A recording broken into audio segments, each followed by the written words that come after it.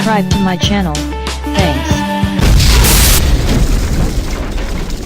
Something beautiful has been happening on the streets of downtown Vancouver.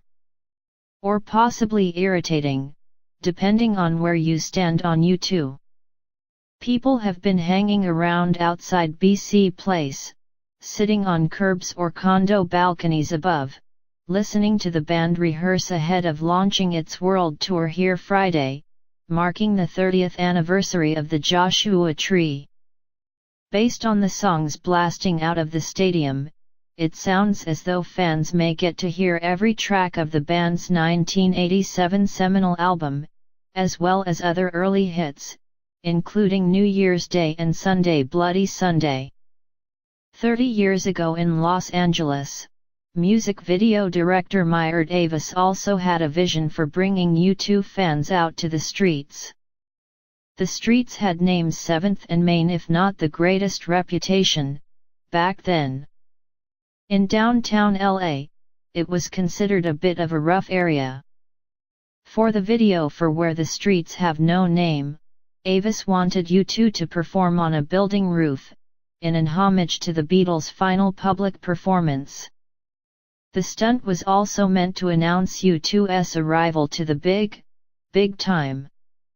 U2, a band Avis had been working with since the beginning, were already rock stars, but with the release of the Joshua Tree, they were on the brink of being gigantic. The intent was to be disruptive, the truth be told. And just for the point of rock and roll, Avis says from LA, where he now lives. That was the album that was going to put them into the public eye, so we were using a flash mob scenario to create a spontaneous media event that one couldn't help but notice. The video became a one-story high point for the band in a heady year that was full of them. The video begins with clips of radio DJs informing their listeners that U2 would be doing a video shoot that afternoon at 7th and Main in downtown Los Angeles, a tip and a warning. The radio station owners were really specific about us mentioning that it's not the safest part of town to go to, just so we weren't liable for anything, says radio host Rita Wilde, whose voice you hear first. In the original video before the reissue, she explains, hers was the only voice. They really wanted us to stress that fact. Over on-air banter by Wilde, then co-host of the morning show for 95.5 Klaus and other DJs, we see shots of the band and crew setting up for the performance on top of a one-story building, a liquor store, now a Mexican restaurant called Margarita's Place.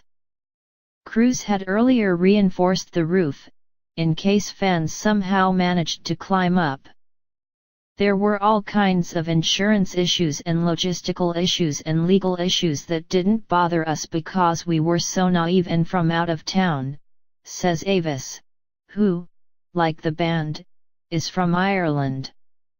You need a measure of stupidity and ignorance to do that kind of thing, but I was blessed to have that at the time.